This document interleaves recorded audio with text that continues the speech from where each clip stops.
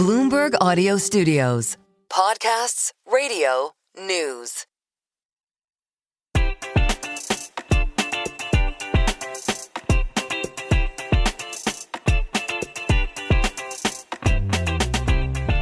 Welcome to Merryn Talks Money, the podcast in which people who know the markets explain the markets. I am Merryn Somerset Webb. This week, I am speaking with John Hardy, Global Head of Macro Strategy at Saxo, to discuss their annual list of long-shot financial events that would completely shake up the markets. Every year, Saxo publish a list of outrageous predictions, outlandish things that might or might not happen in the year to come, but which, if they do happen, will have massive ramifications. So past predictions have included a large natural disaster bankrupting an insurance company, outrageous, very possible, Nvidia ballooning to twice the size of Apple, wild things which vary in their likelihood but make for great topics of conversation. John was with us last year. You will probably remember him. He's returning this year, and he joins me in the London studio. John, welcome to Merryn Talks Money. Well, thanks for having me. Should I say welcome back to Merryn Talks Money? Yes, indeed.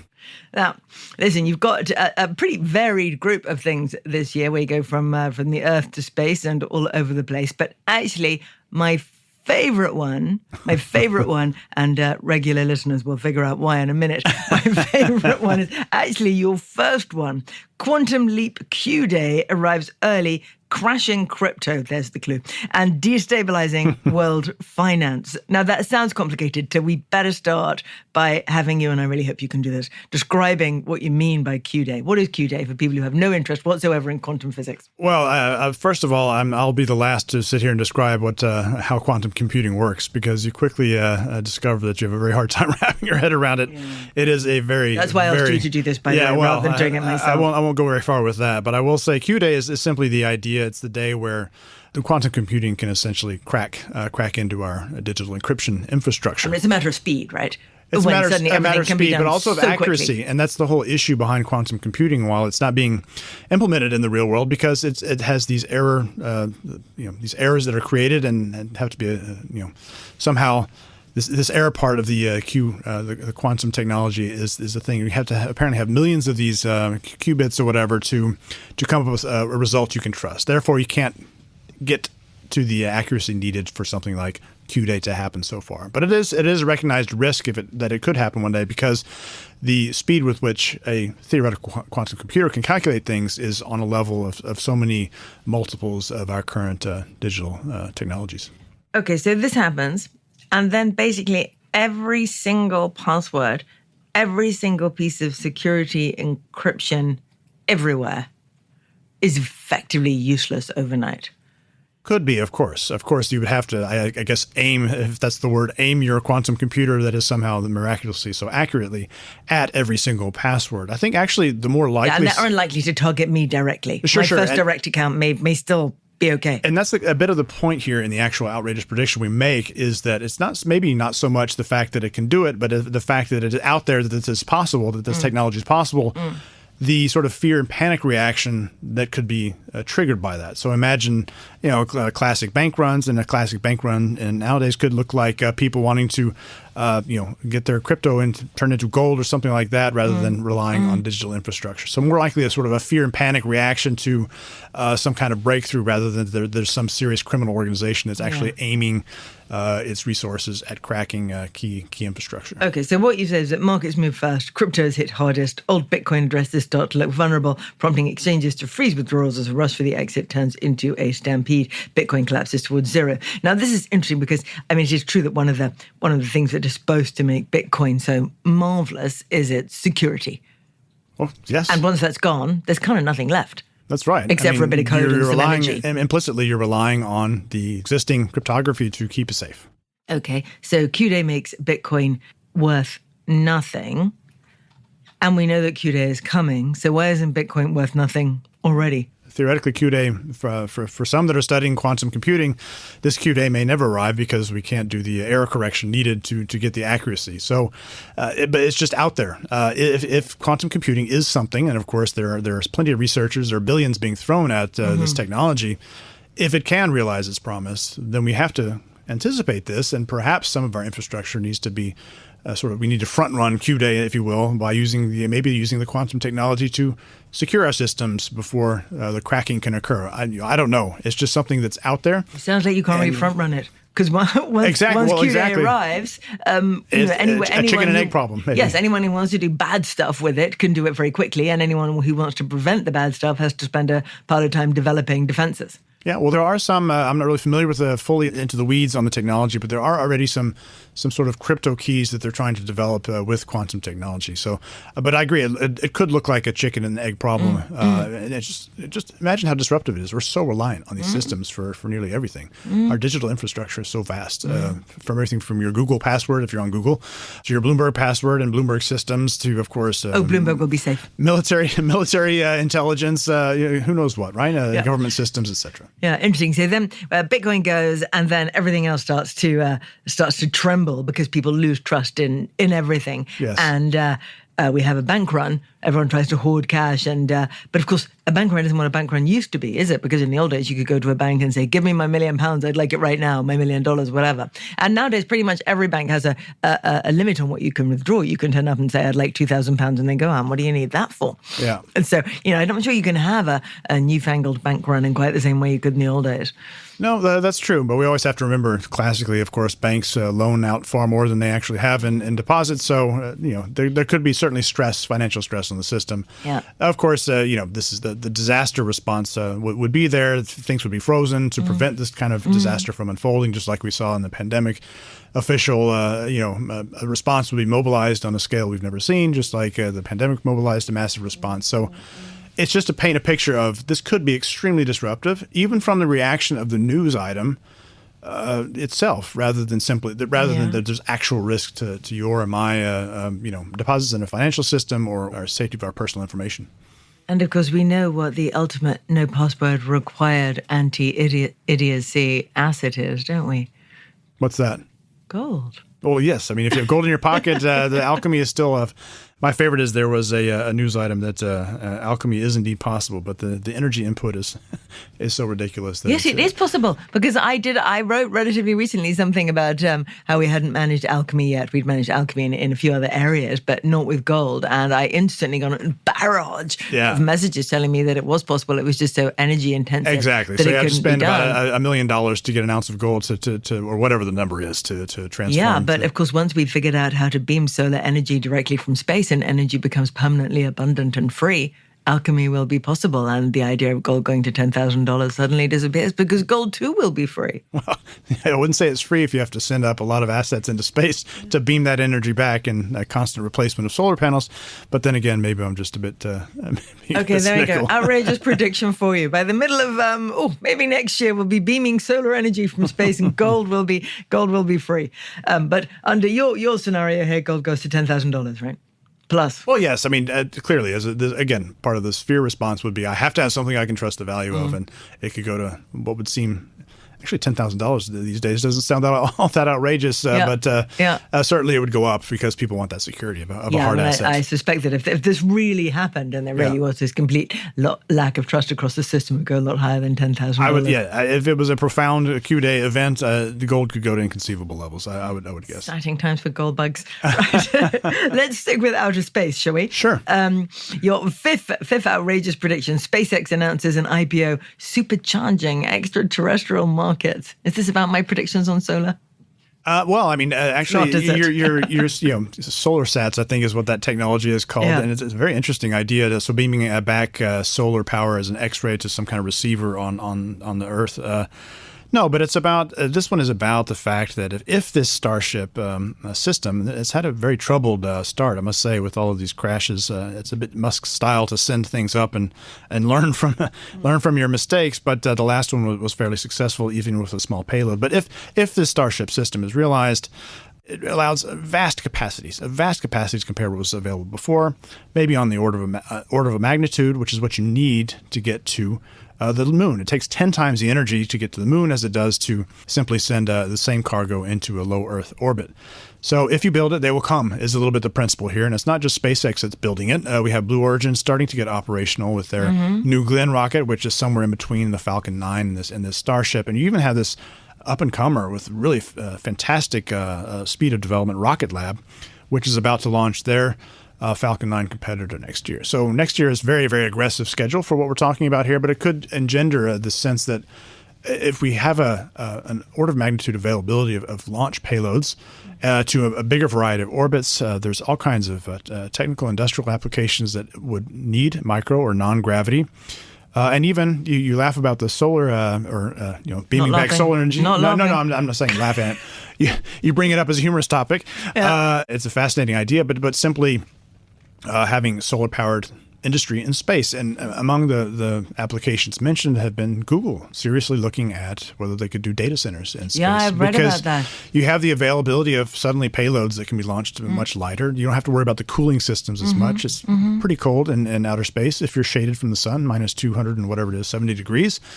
And you have, of course, if you can insert it in an orbit where you're exposed to the sun around the clock and it's much more intense energy, you could drive your data center from solar energy. And relative to recent growth rates, that is the limiting factor for AI data center build out. It is the availability of electricity and energy. So it's a fascinating idea to think that we could be number crunching. And then we could stop building these terrible transmission infrastructures all over the countryside, putting up the pylons, etc. Yeah, NIMBYs would stop complaining. It would be marvelous. The upsides are endless. The scale of some of these systems are incredible. Yeah. The Facebook one that's they saw a picture of it superimposed on Manhattan. It's just almost alarming, but it's very massive. Yeah. Okay, and then the next stage of that is that Elon Musk colonizes Mars, claims it as a sovereign country with zero income, property, or other taxes. I'm loving that.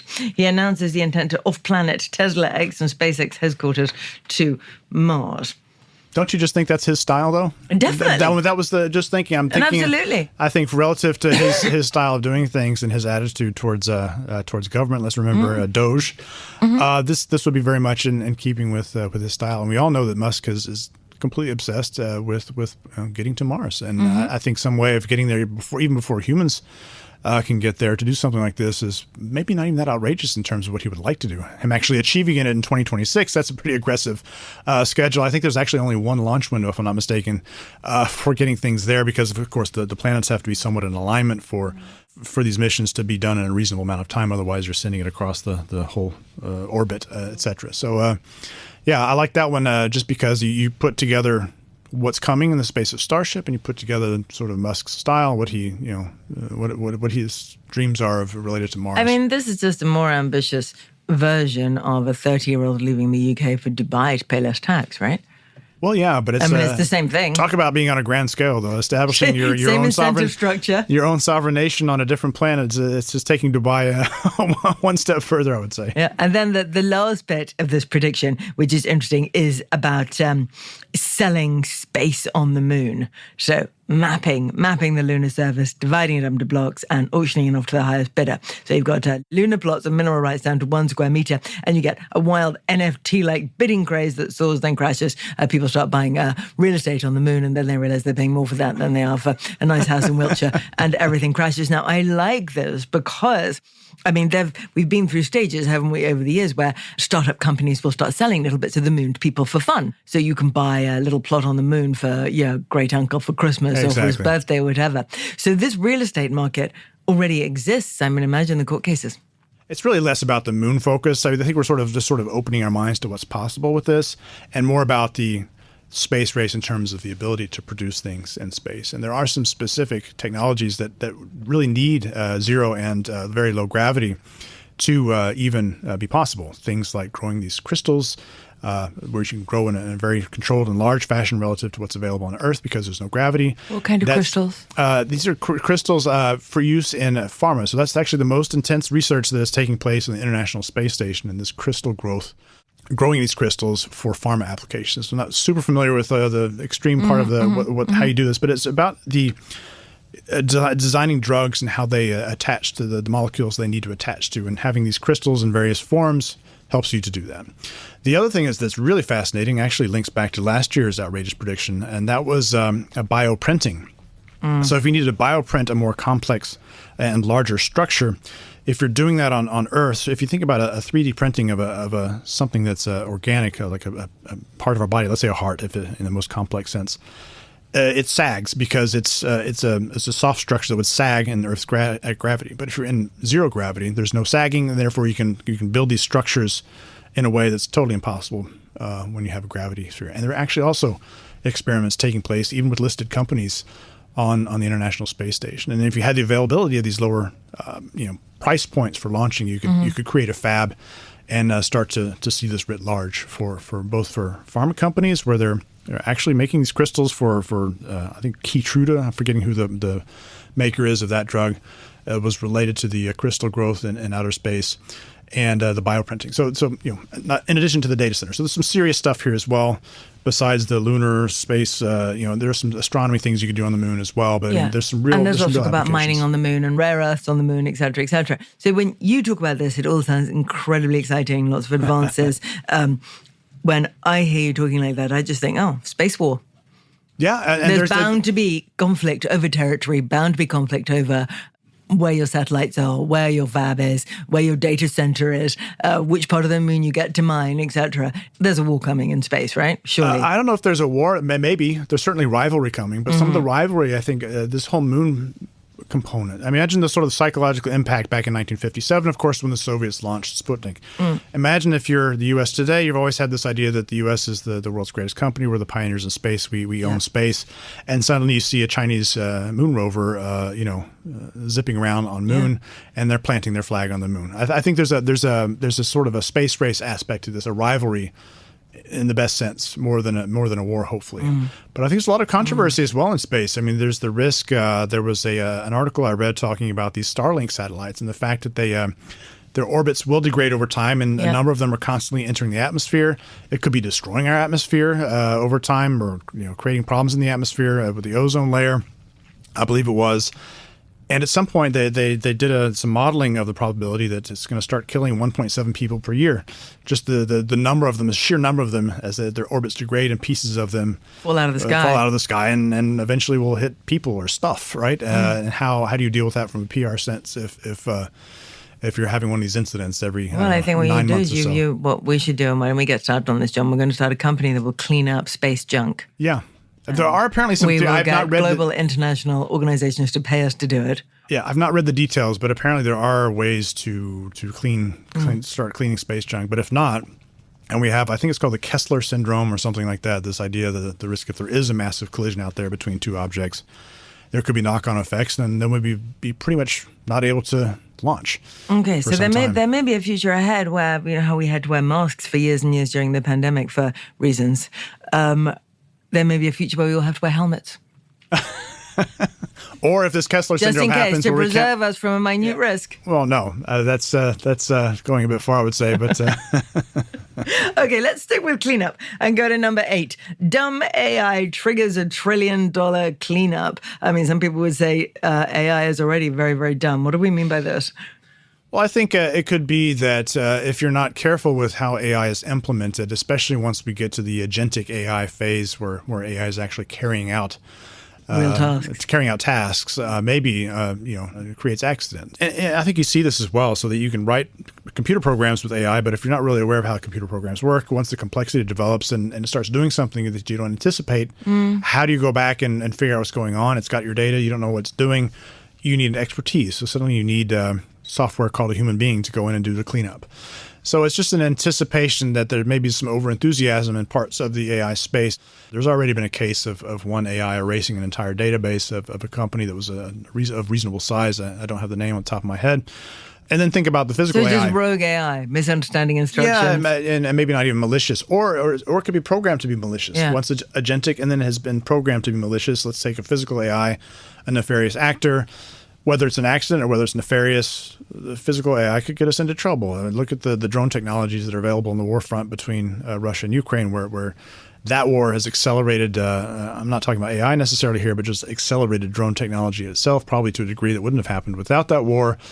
I don't want to paint too negative a scenario, but mass full self-drive incident, whether it's Tesla or whether it's another company, where some glitch hits the system. It's just to say, there could be some cleanup necessary if we take these steps too quickly without understanding what the implications might be. Okay, interesting. And this is kind of good for humans. You say the response gives rise to a new profession of AI janitors or pest controllers. So elite human coders and audited tasked with tracing, neutralizing, and rebuilding flawed systems. I mean, I've been very grateful recently with lots of people telling me that I shouldn't teach my children to code because it's not worth it, because AI will do all the coding. And now I find that if they'd learned to code properly, they could be AI janitors. I think the scenario is realistic, and let's it's not so far back we go. If we wind back 10, 15 years, there have been a lot of systems, and I'll actually refer to my father in this case, who learned some of the first types of software programming in a code called assembler,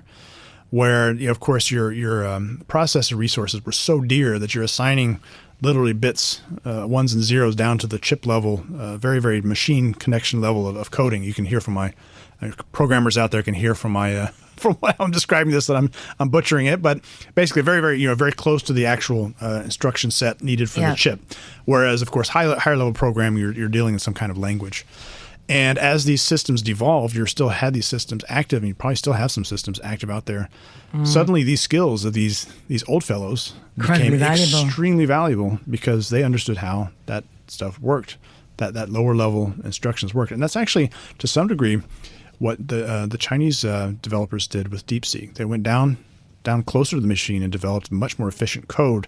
They could do much more on fewer resources, as well as dividing up the large language model into sort of expertise rather than trying to do everything all at once, and came up with some much more efficient approach with limited resources. So, don't discount human ingenuity is a little bit the message, and we need to we need to have somebody that's managing this AI, at least so far, for quite some time yet.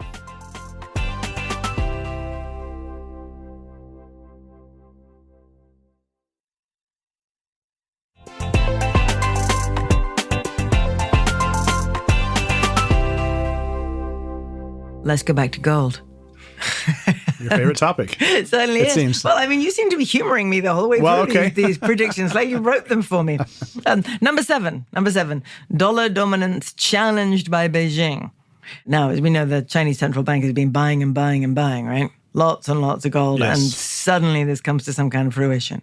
Well, yes. I mean, the idea here is it's taking a stab at how global money will be shaping up in the years to come when you have what seems to be a slow divorce of U.S. and China. And China realizing it needs to have an alternative and to be able to operate at least in part, and if necessary entirely, outside the dollar system, both to avoid the type of weaponization of the dollar and the financial system in the West that was seen when Russia invaded Ukraine, right? The freezing of assets, et cetera. So it's taking a stab at how China would carry that out by having something that its trading partners, ex-dollar system, could trust, and if it's not willing to trust a fiat currency, perhaps it's willing to trust a something that looks like a bancor that could be linked to gold, and maybe it's only the central banks that could actually hold this currency. But anytime you needed to redeem it, you could, and then China could get away with doing this because it's a surplus nation, runs a surplus, and by having this reserve set up, engender the trust, which as we talked about before starting the podcast, it's this sense of trust that is so critical. And really, the Chinese renminbi, yes, with some hitches in the system, especially back in the 2015 reboot they did of how they were linking it to a basket rather than just to the dollar. It's been effectively a dirty peg to the U.S. dollar, and it needs to get off of that system and go its own way. So how does it do that? This question needs to be answered. This is an outrageous way it could be answered, but something is coming, and we've seen all fiat currencies devalue massively against gold and silver this year and last year, and this is all about, we all know it's coming, with the massive debts we have in the system, and China is debt-addled as well with its incredible real estate bust that is still being digested. The revaluation has to happen, and it's already happening against hard assets. Okay, so this gives us, as you put it here, something we haven't seen in a very, very long time, a currency that is actually tied to a hard asset, to something tangible, rather than just to government promises the return of something almost like a gold standard. Well, the dollar was a gold standard as well, theoretically, for quite some time, post the Bretton Woods arrangement, up until it started coming under stress in the 60s, but then only finally ended in the early 70s. What does it mean for the U.S.?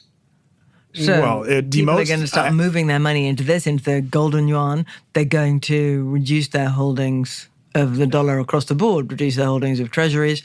The US has this massive debt problem, needs to constantly keep rolling out new issues of treasuries. No one's going to be buying them. What happens next? It has to do that to service the global dollar system as well. Yeah. But if the global dollar system is downsized with something, and we have a rival here, then of course it puts some pressure on the US dollar. It certainly sets up a challenge to the US dollar's dominance.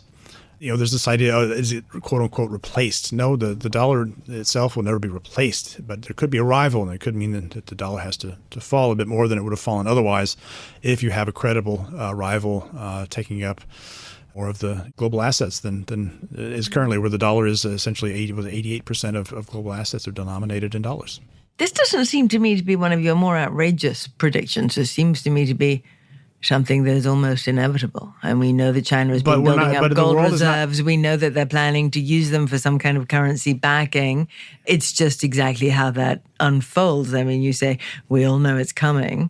We just don't know exactly how. But we do know we're talking about some kind of gold-backed currency which will attempt to, in part, at least replace the dollar. But shouldn't U.S. Treasuries be coming under more pressure if we were really concerned about this? It feels like... But don't you think it's one of those things we're all partying on the deck, and we know this impending doom like the White Russians on Crimea towards the end of the Russian Civil War. But it's something that has to give and if this is really coming about. So it's just maybe a reminder. And maybe outrageous to say that it's going to happen in this But maybe way. It's one of those things you're not really allowed to say too loudly, but everyone knows is true. And I remember this accusation about, and maybe I was going to switch it up on you. I remember your accusation last year that our predictions weren't outrageous enough, and you seem to be repeating that a little bit. But, yes. But I like the one I think is more outrageous is perhaps the one on U.S. politics. And I don't know if you've picked that one out as something you'd like to talk about today. I was going to go with BCC next, but let's do that one. Okay. No. The reason I'm referring back to our discussion last year is that these aren't outrageous enough, John. And I thought...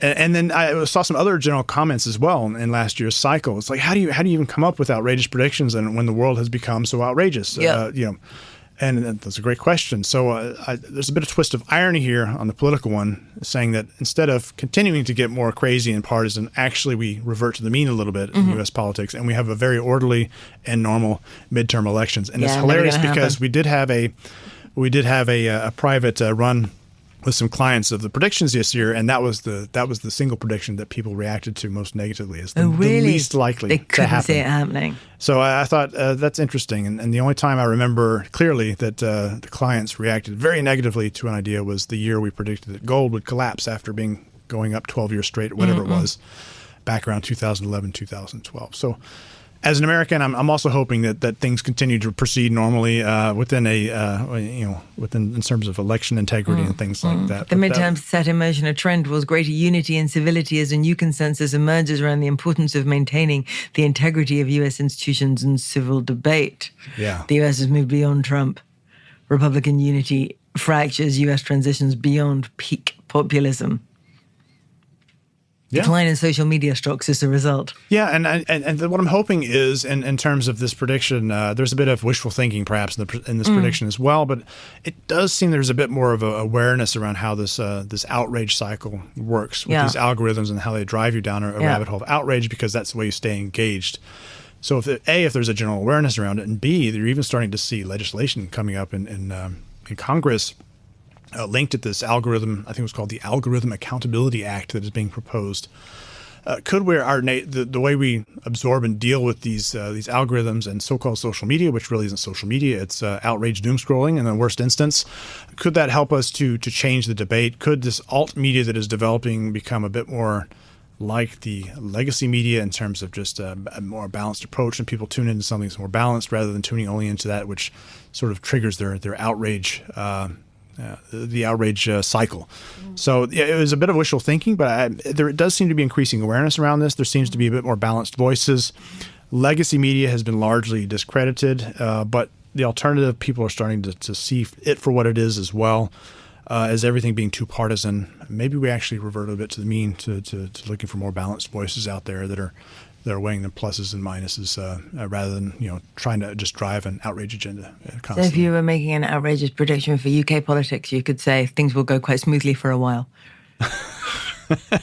For example. Yeah, or maybe the U.S. could lead the way on this for once, and then they could follow elsewhere. A good question on UK politics. I tell you what, let's go obesity. And actually this one. Let's go obesity. Let's go obesity. Hopefully not. Not a problem in the studio, by the way.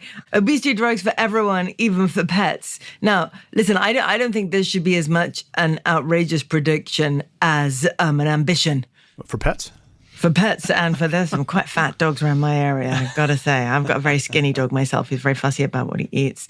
Not a real dog. There are a lot of fat dogs around, a lot of very fat cats, a few fat hamsters. But let's worry about people first, right? Sure. The weight loss revolution enters a surreal new phase as a leading healthcare giant expands its blockbuster GLP-1 portfolio among humans and even beyond into the animal kingdom. By 2026, the company launches a new GLP-1 treatment in pill form. Now, that seems like it's going to come. It's already happening, yes. It's happening. We know that you can get that it's possible to do it in pill form, and that will make it a lot easier for people because a lot of people, they don't like to inject, right? Exactly, and that's part of it, plus the cost. Yeah, plus the cost. So pills will be cheaper, easier, so pretty much everyone fat can now have a drug, which means that diabetes, or type 2 diabetes in particular, more or less disappears. Yeah. A lot of the health conditions that come with this disappear. BMI averages across the world basically collapse down to normal levels. Everyone's got a BMI of 21. Everyone's fit. No one wants to eat junk food anymore. People stop drinking.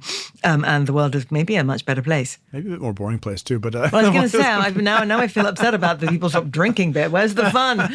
But generally speaking, this is only upside, assuming no appalling side effects suddenly appear. Well, there are side effects. There's no drug that comes without side effects, but I think it's really fascinating to consider the usage patterns that are already evident in the injectable form, and that is, of course, they're very, very expensive, so people will go on them very quickly because they are very effective for those that stay on the regime, get down to some target weight, and then probably because of the cost, probably because they think, oh, I can deal with this, they go off the drug, and then they balloon back up because your appetite comes back and your old patterns are reestablished unless you've changed something about how you deal with those things. And so they go back on. So it's something you can cycle back on and off with. Yeah. And imagine it in pill form where you could take a very, very small dose. It's just like not for the people that are having a really severe issue with obesity, which is supposedly the first round people that are getting it, besides Hollywood people apparently. But just somebody that's like, they want to take the top off, the 5 to 7 kilos, or the 1 stone, if you will, if you're UK based, and just occasionally take it to just take the top off. But it means that if everybody's suddenly changing their BMI and you're changing how much you eat, restaurant menus will change, how much they're offering, what they're offering. Apparently, it's much less pleasant to take eat certain types of foods when you're on these drugs. Really? What kind of? I think it's fatty foods, like some people they'll cycle off of them ahead of Thanksgiving or something like that because they know they're going to have a bunch of... People stop taking them before Thanksgiving. Yeah, so I've read some anecdotal stuff about that. Like they'll plan ahead for holidays to not be on their GLP-1s. But I think it's just, A, it's the pill form. B, it's a lot of competition. C, there are new ones coming up. This is probably further out that have longer half-lives, so it's you wouldn't have to take it as frequently. It's just, I think it's going to become ubiquitous. I'd like to try one out, and I wouldn't mind, to putting a stone aside from my weight. So I just think it's going to be a game changer.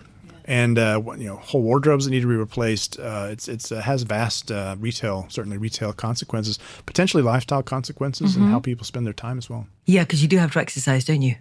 Well, you always have to exercise. Of course, if you only take GLP-1s and do nothing else, you'll lose muscle mass. You'll lose. It doesn't make you an athlete. It just takes away your appetite, and you lose weight.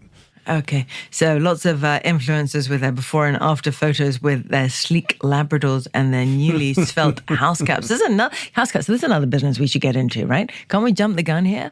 Start a business doing a weight loss pet food? Injecting the poor cats? Yeah. It's fun. It's really fun to give a cat an injection, I've heard. I recall many a traumatic vet experience back in the day.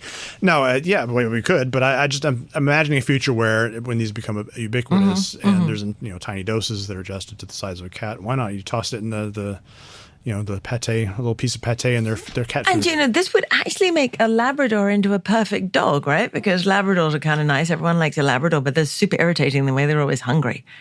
You could take that away. They're hungry because it's an unfortunate part of their genetics that they don't have the gene that tells them to stop eating, specifically that breed. So I don't this isn't going to work for them. Scientifically, that's a great question. So I guess the next question will be, would an appetite suppressant work on a dog that doesn't have the stopper for for appetite. I don't know. Labrador specifically would be an interesting test case. And this is useful information for British people. You know how fond we are of Labradors. Any listeners who have an idea as to whether these drugs would work on Labradors, do please let us know. This is useful information for the Merryn Talks Money podcast. Okay, so keep an eye on fast fashion, keep an eye on the way that food producers and restaurants react to this, and definitely keep an eye on pet food producers, right? Yes. Now, when do you most need a new dog? When do you most need a Labrador to join your little family? It's when you get married, right? That's right. Yeah, so number 2, everyone's going to get married. The most contrarian thing a young person can do today. Get married, have 5 kids. Yes, exactly. Everyone's going to do it. Why are they going to do it? No. I think the idea was here, we know that one of the big events, influencer events of at least the last decade is going to happen in the coming year. And that is Taylor Swift, the number one sort of pop icon of the moment, has been for quite some time. We're getting married with Travis Kelce. And this will be an event, maybe on the scale to some degree of Princess Di and Charles back in the day. I mean, this is truly a big event. Yeah, they're not going on honeymoon on a very small yacht with 100 staff, though, are they? Yeah, I'm sure that's what broke that marriage up. Well, I won't go into that, but I put a little Easter egg in there as well that they might get married as early as January because as an NFL fan, I specifically hate the Chiefs. But anyway, that would allow them to get married more quickly and maybe have a baby in the new year. And that was the part about fertility as well. No, I think it's one thing. They can't get married in January and have a baby in the new year. Sure. Married in January and they can have a baby in September, October? Okay. If we count our months. The end of next year, then. When I think of the new year, I'm thinking January. We were trying Taylor to hurry Swift, in. she can do a lot, but she can't do that. We were trying to hurry in the marriage and the baby carriage in the same year. But in any case, I think the seriousness behind this is that... she announced that she became pregnant on a wedding night, an autumn baby. Really, everyone's show notes. We have the full outrageous predictions. You'll love reading this one. They move close to family to build a private, safe environment for their child. They vow their child will not be allowed access to online entertainment or phones and tablets until the age of 10. They pull back from social media. All the rest of us were inspired by them. This is marvelous. We copy their lifestyle. Oh, that's the idea, because you have the number one influencer and baby, and there is a lot of attention also, even in the younger generations, on the mental health issues surrounding and the social part of social media is no longer in existence. It's broadcast media by influencers, really, and it's in the worst case it's doom scrolling, where you're just looking for the next dopamine hit. So it's just about this our relationship to how we absorb social media, as well as, ironically, a little bit that an influencer influences maybe to get off the stuff. I do think it's more likely that if there is to be any big rebound in marriage and in having babies, is that the middle 50% of the income spectrum needs to have a lower cost of living, especially around child rearing, however that is constructed, not from social influencers. I admit that. But I think it does feel like we're seeing a value shift. And I think we would probably all need to get a little bit off the screen more and a little bit more engaged in our physical realities around us and our communities to be more likely to get married and to have children. Yeah, you heard it here first. Less screen time, more sex, right, John? Absolutely. Right. What this means is that the big social media stocks, they slip. Goodbye Meta, goodbye Google. Lots of activity in housing, DIY, prams, etc., etc. The IMF and the World Bank revised global GDP forecasts up by 1 percentage point per year for the next 5 years, and demographers scramble to reassess the pace of population decline across the advanced economies. And we call the whole thing the Swifty put.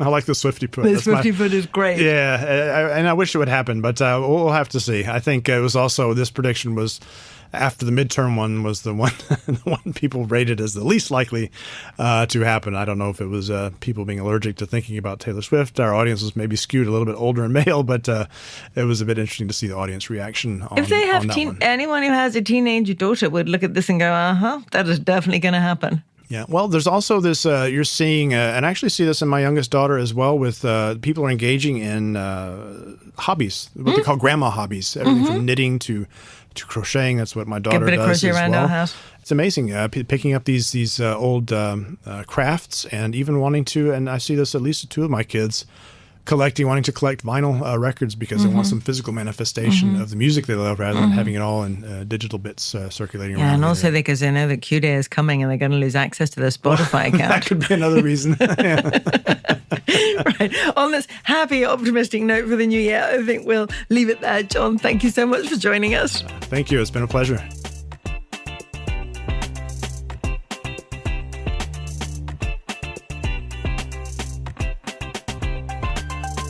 Thanks for listening to this week's Merryn Talks Money. If you like our show, rate, review, and subscribe wherever you listen to podcasts. And keep sending your questions or comments to merrynmoney@bloomberg.net. You can also follow me and John on Twitter or X. I'm Merryn SW, and John is John_Stepek. Are you on Twitter, John? It's John J. Hardy. I put the J in there because John Hardy is a very generic name. So John J. Hardy, and then you can find me pretty quick. Excellent. This episode was hosted by me, Merryn Somerset Webb. It was produced by Summer Sadi and Moses Andam. Sound designed by Blake Maples and Kelly Gary. And special thanks, of course, to John Hardy.